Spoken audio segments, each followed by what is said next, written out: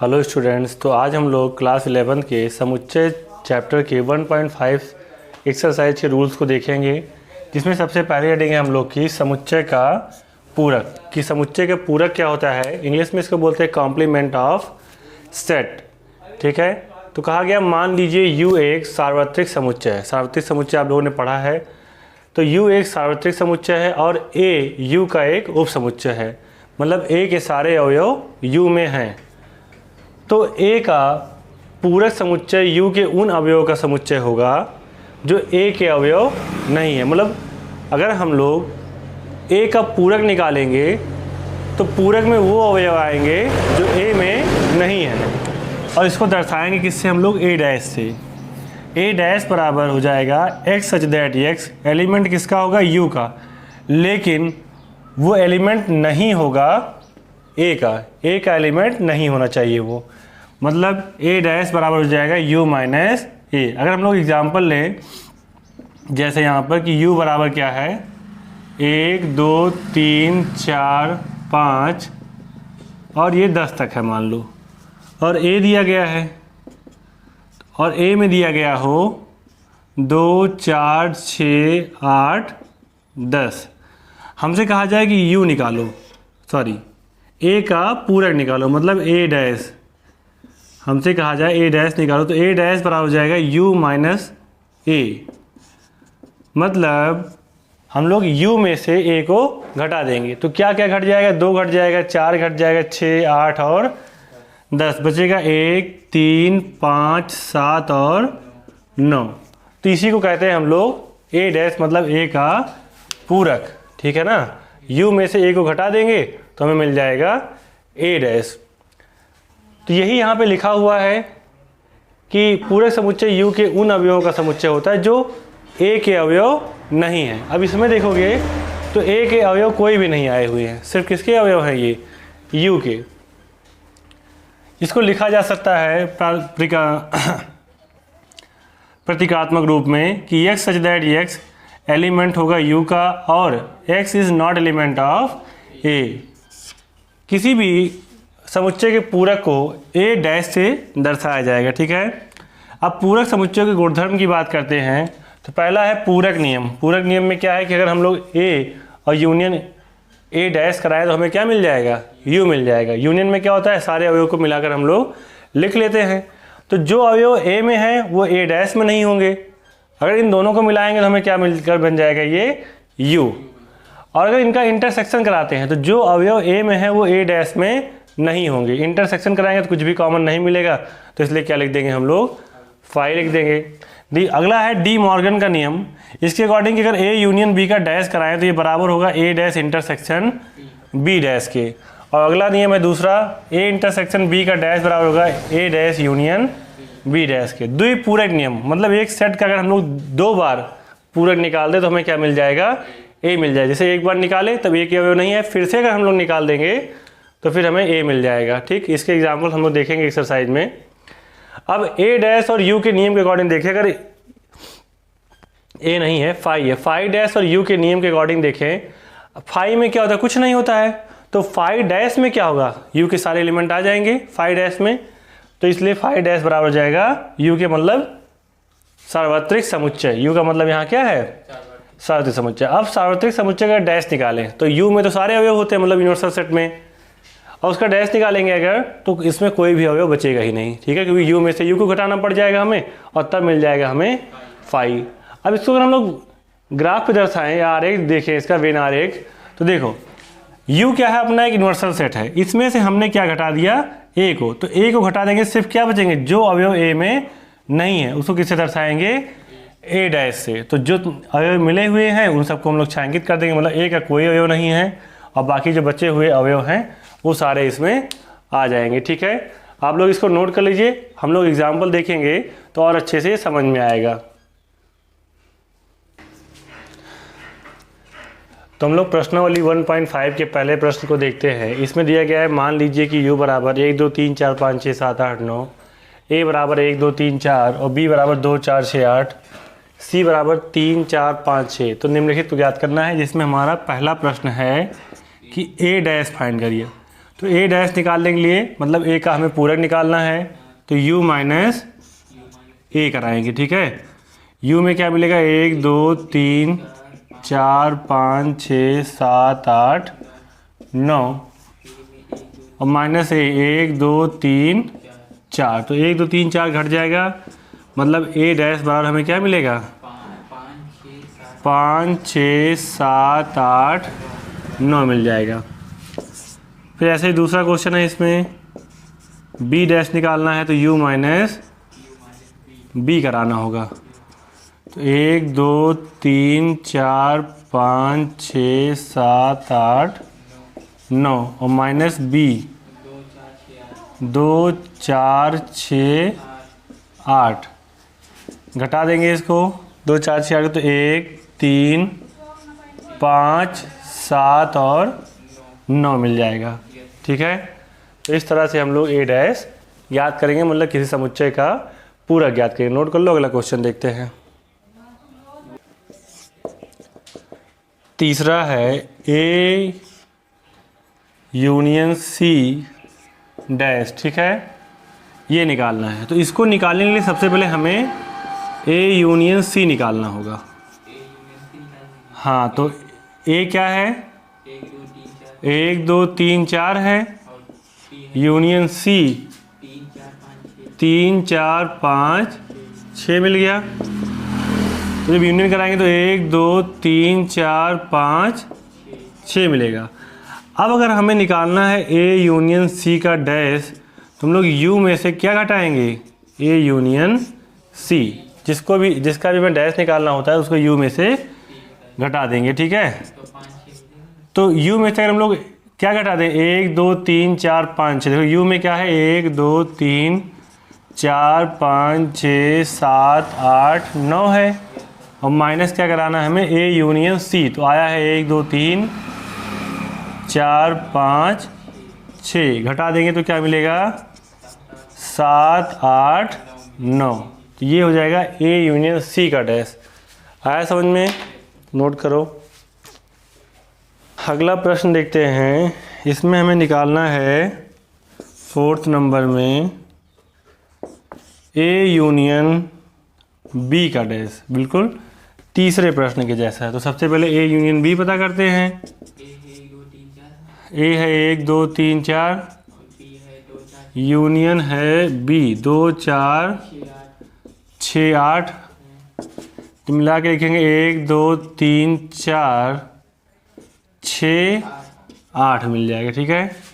अब निकालेंगे A union B का डैश, तो उसके लिए यू में से ए यूनियन बी को घटाएंगे। तो ये है अपना 1 2 3 4 6 7 8 9 माइनस ए यूनियन बी 1 2 3 4 और 6 8, तो घटाने पर क्या मिलेगा हम लोग को, 7 मिल जाएगा और 9 मिल जाएगा, है ना। 5 भी तो रहेगा, 5 भी रहेगा, ठीक। 1 2 3 4 तक घट गया पूरा, फिर 5 बच गया अपने पास, 6 घट गया, 7 बच गया, ठीक है। इस तरीके से अपना ए यूनियन बी का डैश आ गया। नोट कर लो, अगला प्रश्न देखते हैं। 5वें प्रश्न में हमें ए डैश का डैश निकालना है। तो सबसे पहले हम लोग ए डैश निकालते हैं।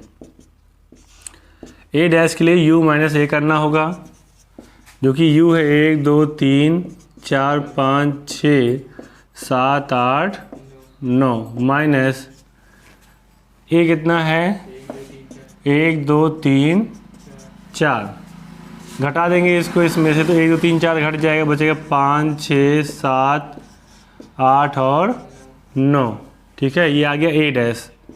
ये क्या है, अब ए डैश का फिर से डैश कराएंगे जब, तो उसके लिए हमें यू में से ए डैश को घटाना होगा। जैसे ए डैश का फिर से डैश निकालना है तो ए डैश को ही घटाना पड़ेगा, ठीक है। तो यू क्या है, 1 2 3 4 5 6 7 8 और 9, ए डैश है अपना 5 6 7 8 9 और घट जाएगा तो क्या बचेगा 1 2 3 और 4 बचेगा। ठीक है, तो इस तरह से हमने इसमें देखा कि 1 2 3 4 आ गया। अब b माइनस सी निकालेंगे, है ना, b माइनस सी। तो b में क्या दिया गया है 2 4 6 8, माइनस सी में दिया गया है 3 4 5 6। तो देखो क्या क्या बचेगा, 2 बच जाएगा, 4 घट गया, 6 घट गया और क्या बचेगा 8 बचेगा।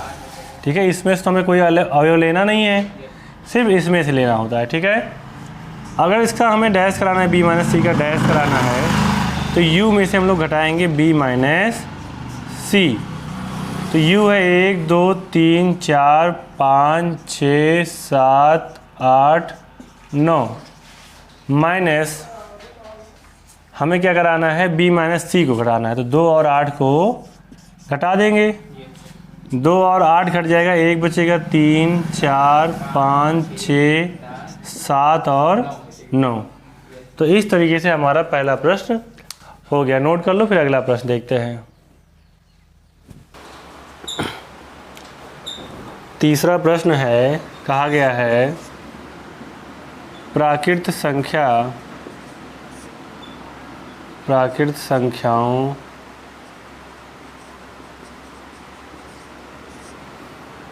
के समुच्चय को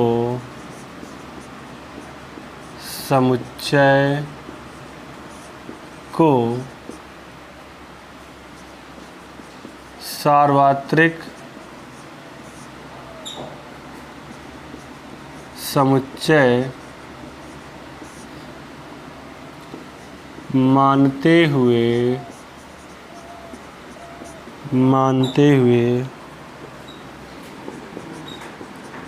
निम्नलिखित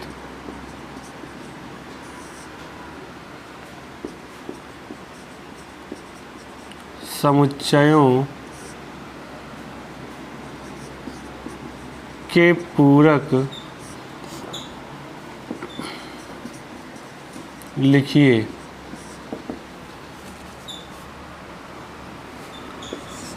ठीक, तो हम ये मान लेते हैं इसमें कि u बराबर दिया गया है, क्या कहा है, प्राकृत संख्याओं का समुच्चय 1 2 3 4 5, ऐसे पूरी प्राकृतिक संख्याओं का समुच्चय जो है हमें सार्वत्रिक समुच्चय लेना है।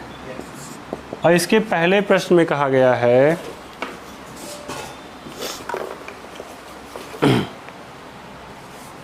कि x such that x एक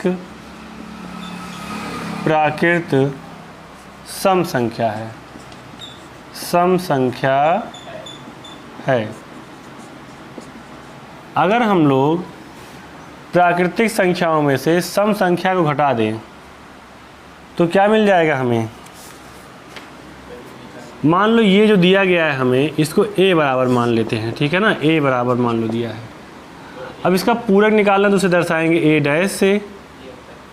अब इसमें कहा गया है x सच दैट x एक प्राकृत सम संख्या, मतलब क्या है ये 2 4 6 8, यही तो होगा सम संख्याएं। इसका पूरक निकालना है तो u माइनस a कराना पड़ेगा। तो अगर प्राकृतिक संख्याओं में से हम लोग सम संख्याओं को घटा दें तो हमें क्या मिल जाएगा, विषम संख्याएं। इसमें से 2 घट जाएगा, 1 बचेगा, 3 बचेगा, 5 7, इसी तरीके से, है ना, आगे भी।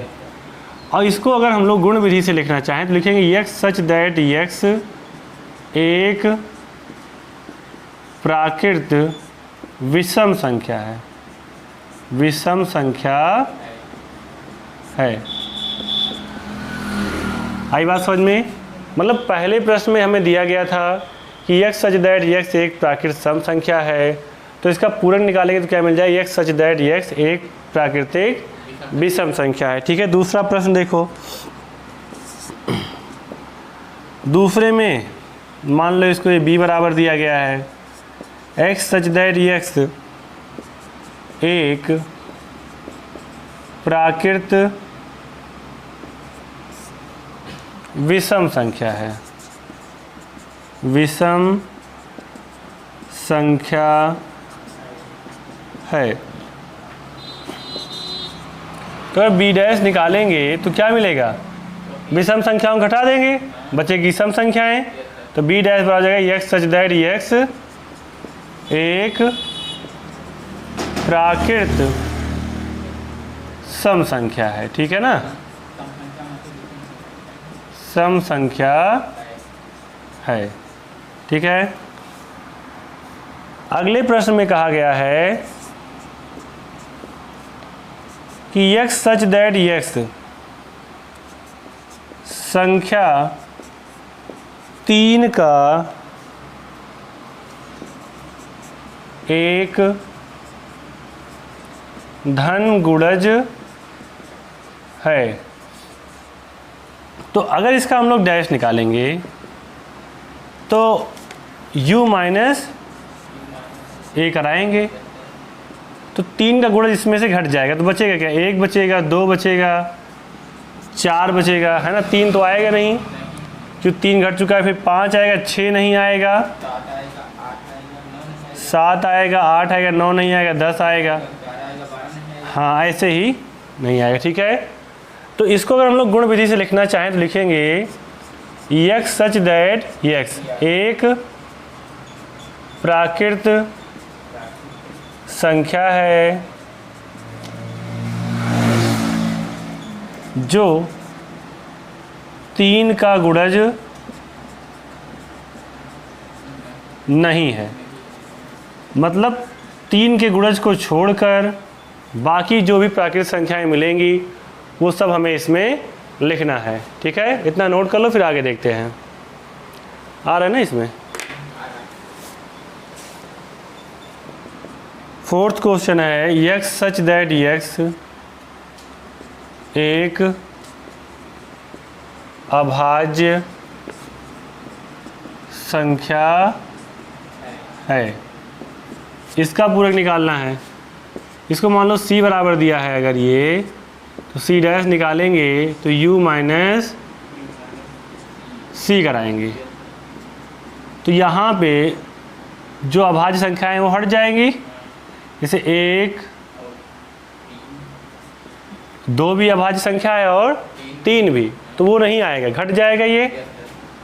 फिर 5 भी घट जाएगा, 6 आएगा, 7 घट जाएगा, 8 9 10 11 नहीं आएगा, 12 13 नहीं आएगा और 14, और ऐसे ही आगे आता जाएगा। ठीक है, आया समझ में। फिर अगला क्वेश्चन देखते हैं, 5वां प्रश्न। कहा गया है x सच दैट x 3 और 5 से विभाजित होने वाली एक संख्या है। इसमें एलिमेंट्स जो मिलेंगे हमें कॉमा 5 हो जाएगा, 6 हो जाएगा, 9 10 भी, और ऐसे ही मिलता जाएगा, है ना।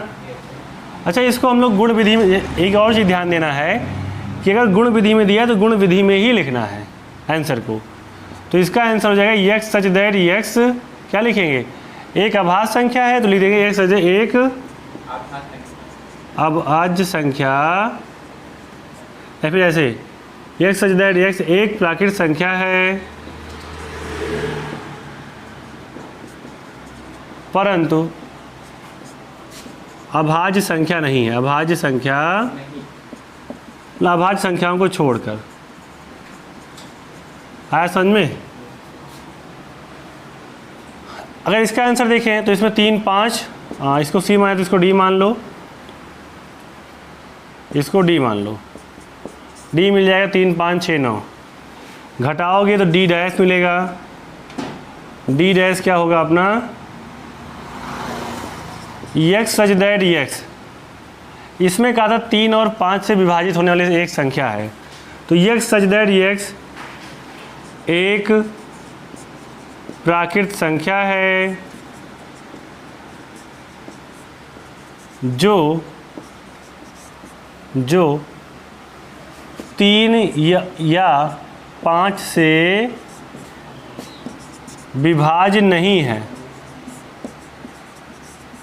ठीक है ना, मतलब वही संख्या आएंगी जो 3 और 5 से नहीं विभाजित होंगी, क्योंकि ये इसका डैश है, डैश में वो संख्या आती है जो इसमें नहीं आई है वो आएंगी। ठीक है, अगला देखते हैं 6 नंबर में कहा गया है x सच दैट x एक पूर्ण वर्ग संख्या है। अब पूर्ण वर्ग संख्या का मतलब समझते हो,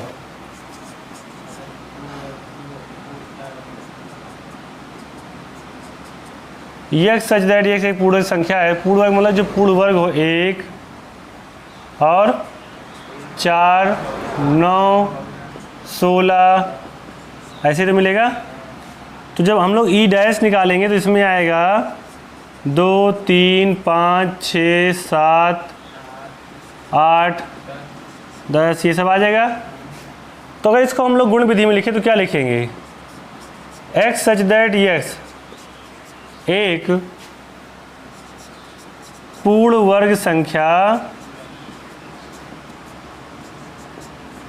नहीं है ना। बाकी सारी संख्या आ जाएंगी, जो पूर्ण वर्ग है वो नहीं आएंगे। नोट कर लो इसको।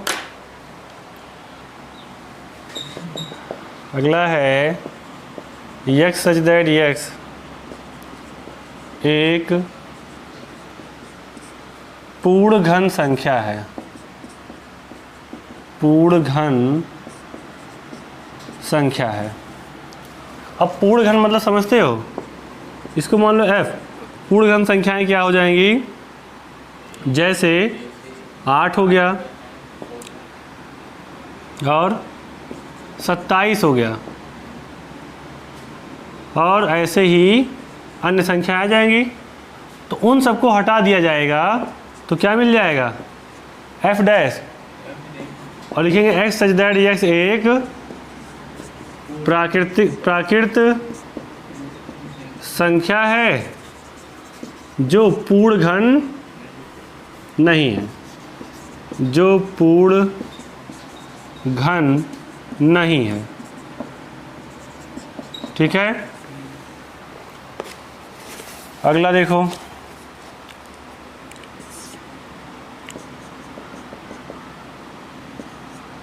x such that x plus 5 equal to 8। तो इसको जब सॉल्व करोगे तो क्या मिलेगा, देखो x प्लस 5 बराबर 8 दिया गया है, तो x बराबर 5 उधर चला घट जाए कितना बचेगा। तो इसका अगर डैश निकालोगे, मान लो ये g है तो g डैश से दर्शाओगे तो लिखोगे x सच दैट x एक प्राकृत संख्या है, एक प्राकृत संख्या है। और क्या लिखोगे, 3 is not element of x, मतलब सारे अवयव आएंगे बस कौन नहीं आएगा, 3, क्योंकि इसका डैश निकाल रहे हो ना। तो इसमें तो 3 था ही पहले से, यहाँ x बराबर क्या लिखा है 3 ही है, हल करने पर 3 ही तो आया है, तो 3 नहीं रहेगा, बाकी सारे एलिमेंट्स रहेंगे। अगला देखो कौन सा है, 9 number, x such that 2x plus 5 equal to 9। इसमें भी वही है कि 2x प्लस 5 बराबर 9 है, तो 2x बराबर कितना आ जाएगा 4, तो x बराबर 2 आ गया। इसको भी लिख देंगे कि इसका डैश है ये, अगर h डैश मान लेंगे इसको, तो लिखोगे x सच दैट x एक प्राकृत संख्या है और 2 is not element of x, और 2 इसका अवयव नहीं है। ठीक है, नोट कर लो इतना, फिर 2 और बचा बता देते हैं। 10 नंबर क्वेश्चन है x such that x greater है 7 से, ठीक है ना, मतलब x जो है 7 से बड़ा है या तो उसके बराबर है। तो यहाँ से इसमें क्या क्या मिल जाएगा हमें, 1 2 नहीं x जो है 7 के बराबर, 7 से बड़ा 7 8 9, हाँ, तो हम लोग जब इसको लिखेंगे या आई डैश निकालेंगे तो लिख सकते हैं x सच दैट x जो है वो छोटा है, या बराबर नहीं कहेंगे, छोटा है 7 से, है कि नहीं। अरे 7 8 9 10 पूरा घट जाएगी पूरा की संख्याएं, सिर्फ कौन बचेगा, 7 से छोटी संख्याएं, ठीक है। इसमें अगला है x such that x is element of n और 2x + 1 इज ग्रेटर देन 10, कि यहाँ x जो है नेचुरल नंबर है और 2x + 1 ग्रेटर है 10 से। जब इसको सॉल्व करेंगे 2x + 1 ग्रेटर देन 10 को, तो 1 उधर जाएगा, 9 बचेगा, x ग्रेटर देन 10/2, 9 था यहाँ पे, 9/2 मतलब 4.5, मतलब इसमें जो भी नंबर आया 4.5 से बड़ा है कि नहीं, मतलब 5 होगा 6 होगा, इसमें क्या है 5 6 7 8। अगर देखा जाए प्रॉपर इसको तो इसमें इसका कहने का मतलब यही था कि इसमें क्या आएगा 5 6 7 8 9 यही सब मिलेंगे। तो जे डैश निकाल लो, 5 6 7 8 9 को हटा देंगे, 1 2 3 4 यही आएगा। इसको गुण विधि में अगर लिखना चाहे तो लिख सकते हैं x such that x is a natural number और x जो है इसमें कहा था बड़ा है, इसमें छोटा है 4.5 या 9/2 से। आई बात समझ में आ गया ना। 4th क्वेश्चन में कहा गया है यदि u बराबर 1 2 3 4 5 6 7 8 9 और a बराबर 2 4 6 8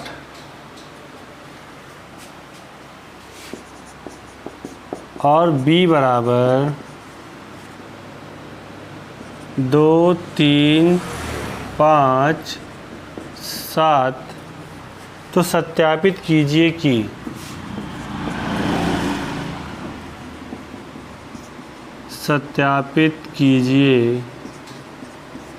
कि पहला प्रश्न दिया गया है A union B dash equal to A dash intersection B dash, मतलब इस क्वेश्चन में हमें दोनों साइड को इक्वल दिखाना है और जो मान है ये सारे दिए ही गए हैं। तो सबसे पहले A यूनियन B निकालते हैं, लेफ्ट हैंड साइड लेते हैं, इसमें A यूनियन B निकालेंगे जब, तो A यूनियन B निकालोगे तो क्या मिलेगा 2 3 4 5 6 7 और 8, A यूनियन B आ गया। फिर निकालोगे A यूनियन B का डैश, और किसी का भी डैश निकालने के लिए उसे U में से घटाना होता है, तो A यूनियन B में 2 3 4 5 6 7 8 है, घटा दो, क्या बचेगा 1 और 9 बचेगा, और तो कुछ बचने वाला है नहीं। फिर A dash intersection B dash, right hand side ले लो, पहले A डैश निकालो, A डैश निकालने के लिए U में से A को घटाओगे, इसमें U में है 1 2 3 4 5 6 7 8 और 9 माइनस A कर दो 2 4 6 8, तो ए डैश कितना आएगा निकल के, 1 3 5 7 9, ए डैश आ गया। फिर बी डैश निकालो, बी डैश निकालेंगे u माइनस बी कराएंगे, तो 2 3 5 7 घट जाएगा, बचेगा 1 4 और 6 8 और 9, यही तो आएगा।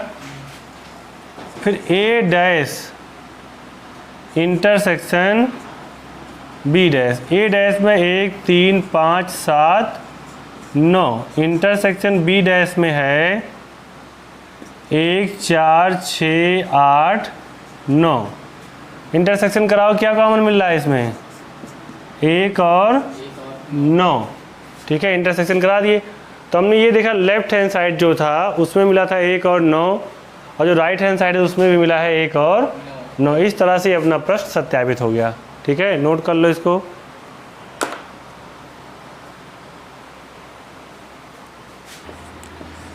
ए intersection B dash A dash union B dash, ये प्रूव करना है।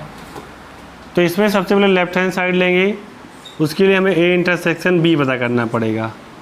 ए इंटरसेक्शन बी में देखो 2 मिल जाएगा, और इंटरसेक्शन है तो सिर्फ मुझे लगता है 2 मिल रहा है, सिर्फ 2 मिलेगा। ठीक है, इसका निकालोगे डैश, तो ए इंटरसेक्शन बी का डैश निकालने के लिए यू में से ए इंटरसेक्शन बी को घटाना पड़ेगा, तो सिर्फ 2 घट जाएगा और बाकी सब बचेगा 1 3 5 6 7 8 9। आया समझ में? अब निकालेंगे हम लोग राइट हैंड साइड। उसके लिए सबसे पहले ए डैश निकालो, u माइनस ए कराएंगे, तो 2 4 6 8 घटेगा, 1 3 5 7 और 9 बचेगा। ठीक है, बी डैश निकालोगे तो उसके लिए u माइनस बी कराओगे, 2 3 5 7 घट जाएगा, 1 4 6 7 भी है, 8 और 9 मिलेगा। इन दोनों निकालना है यूनियन, तो ए डैश यूनियन बी डैश बराबर 1 3 5 4 6 7 8 9।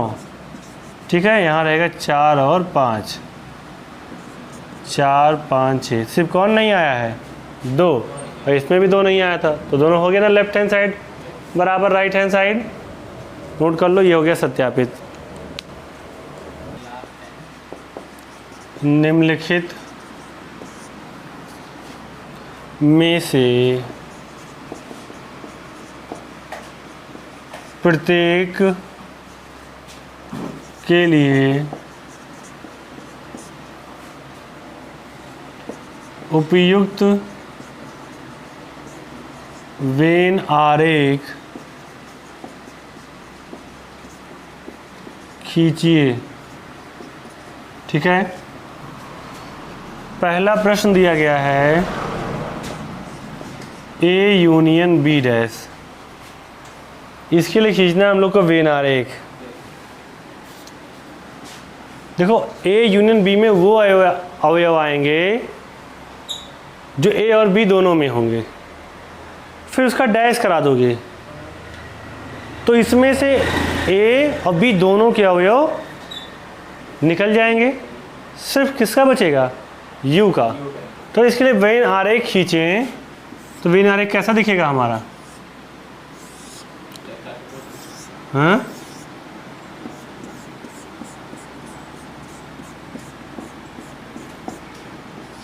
ऐसा दिखेगा। समझ में आ रहा है कैसे बनाइए? हमने यहाँ पे ही छाएंगे क्योंकि ये बात समझ में आएगी नहीं, क्यों?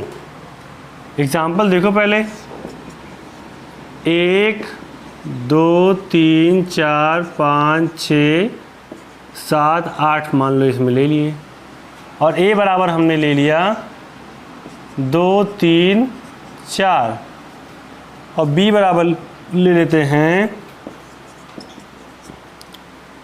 B बराबर क्या ले रहे हैं 4 5 6 7। अब A यूनियन B निकालो। तो जब A यूनियन B निकालोगे तो मिलेगा 2 3 4 5 6 7। फिर A यूनियन B का डैश निकालो तो क्या मिलेगा, इसका डैश निकालो तो ये 2 3 4 5 6 7 चला जाएगा, कितना बचेगा 1 और 8। ठीक है, 2 3 4 5 6 7 घट जाएगा। तो इसको बना के देखो, ये 1 और 8 हमारा जाएगा कहाँ पे, तो बना के दिखाता हूँ। देखो मैंने बताया जो हमें आंसर मिलता है वही हमारा वेन आरेख में छायांकित किया जाएगा। तो ए में क्या है 2 3 4 है और 4 दोनों में उभयनिष्ठ से, तो बीच में लिख दो ए में 1 और 2 1 नहीं है, 2 है और 3 है और 4 है, तो इसमें 5 है 6 है और 7 है। और बाकी अवयव कहाँ है, यू में है, मतलब 1 है इसमें और 1 यहाँ लिख देता हूँ यू। ठीक, तो उत्तर में हमें क्या मिला 1 और 8 ही तो मिला है। तो क्या ये ए में या बी में से कोई अवयव है, नहीं, वो सिर्फ किसका है यू का है, तो यू वाले पार्ट को छायांकित कर दिया जाएगा। ठीक है, इसलिए मैंने इसको ऐसे बनाया है। आई बात समझ में, नोट कर लो।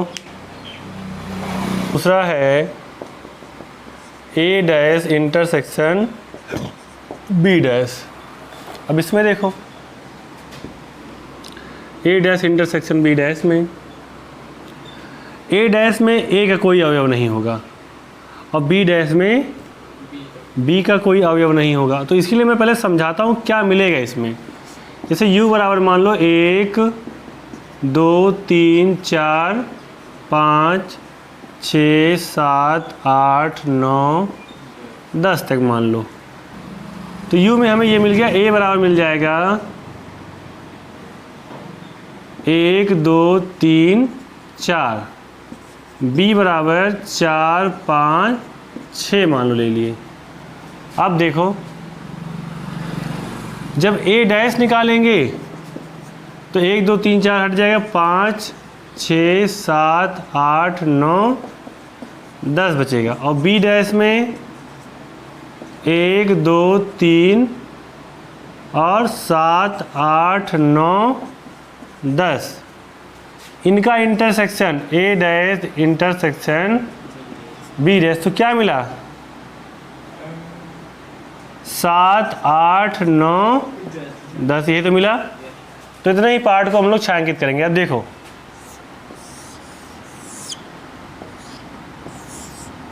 ये हो गया a और ये b, कॉमन है इन दोनों में 4, इसमें 1 है 2 है 3 है 4 5 और 6, बाकी 7 8 9 और 10 यहाँ है। तो 7 8 9 10 ही मिला है, तो इसका मतलब हमें यही पार्ट छायांकित करना होगा।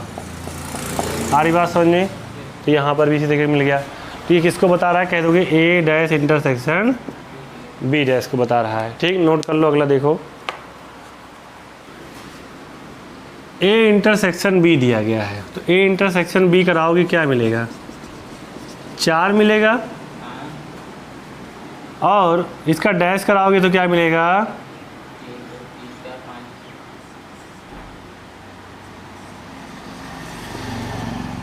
1 2 3 5 7 8 9 और 10, यही आएगा। इसे छायांकित करना है। तो देखो बनाएंगे जब, तो ये A हो गया और ये B हो गया। जो दोनों में कॉमन है सिर्फ वही जो छूटा हुआ है, बाकी सारे एलिमेंट आए हुए हैं कि नहीं आए हुए हैं।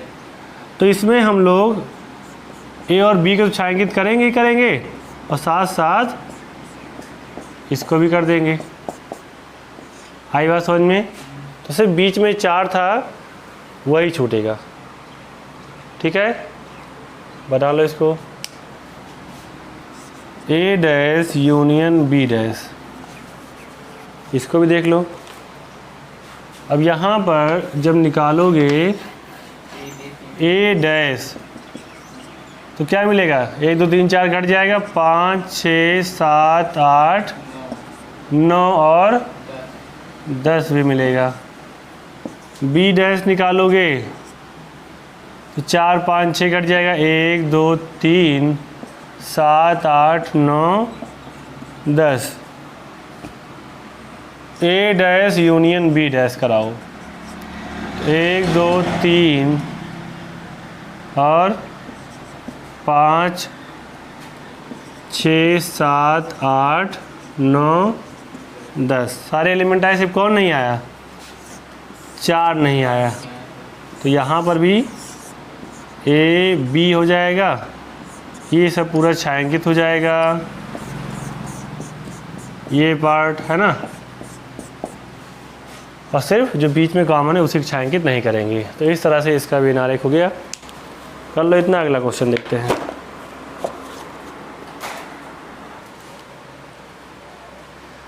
अगला क्वेश्चन है, मान लीजिए कि किसी समतल में स्थित सभी त्रिभुजों का समुच्चय एक सार्वत्रिक समुच्चय है। तो U जो है क्या है, सभी त्रिभुजों का समुच्चय है। U क्या है, सभी त्रिभुजों का समुच्चय है, मतलब इसमें हर तरीके के त्रिभुज आते हैं।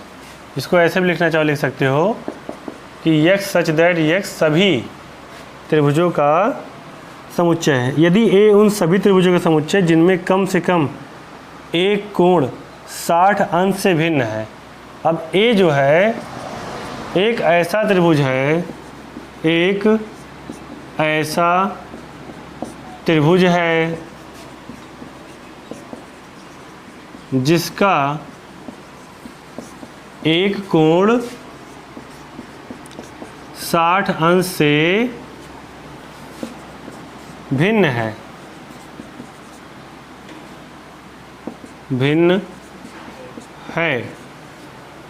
तो उसका हमें क्या कह रहा है कि डैश बताओ क्या है, ए डैश क्या होगा। तो ए डैश का मतलब u माइनस ए।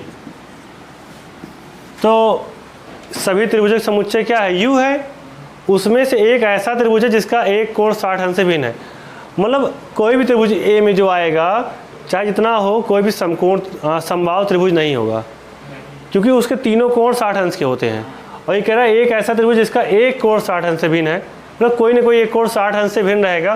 तो सारे त्रिभुज घट जाएंगे, सिर्फ कौन सा बचेगा, समबाहु त्रिभुज। तो x सच दैट x एक समबाहु त्रिभुज है। तो हम ये कह देंगे ए डैश क्या है, समबाहु त्रिभुज, क्योंकि उसका प्रत्येक कोण 60 अंश का होता है। तो इस तरह से हमारा क्वेश्चन हो गया। 7वें प्रश्न की बात करते हैं। निम्नलिखित कथनों को सत्य बनाने के लिए रिक्त स्थानों को भरिए।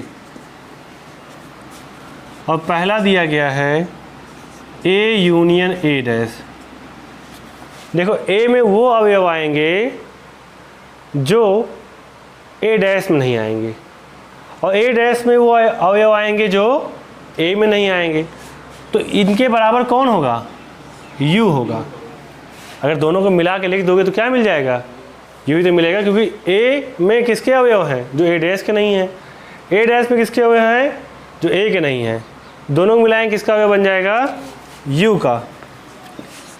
अगला है दूसरा, phi dash intersection A। Phi dash में जानते हो किसका अवयव होगा, सारा U होगा, क्योंकि फाई में कोई अवयव नहीं होता है। और जब फाई को घटाएंगे U में से, तब U के सारे अवयव, U मतलब यूनिवर्सल सेट, मतलब सार्वत्रिक समुच्चय के सारे अवयव आ जाएंगे। और A मतलब U के साथ इंटरसेक्शन A का कराओगे, क्या मिलेगा, A ही मिलेगा, क्योंकि A के अवयव सारे कॉमन होंगे उसके साथ। दूसरा है A का इंटरसेक्शन A डैश के साथ।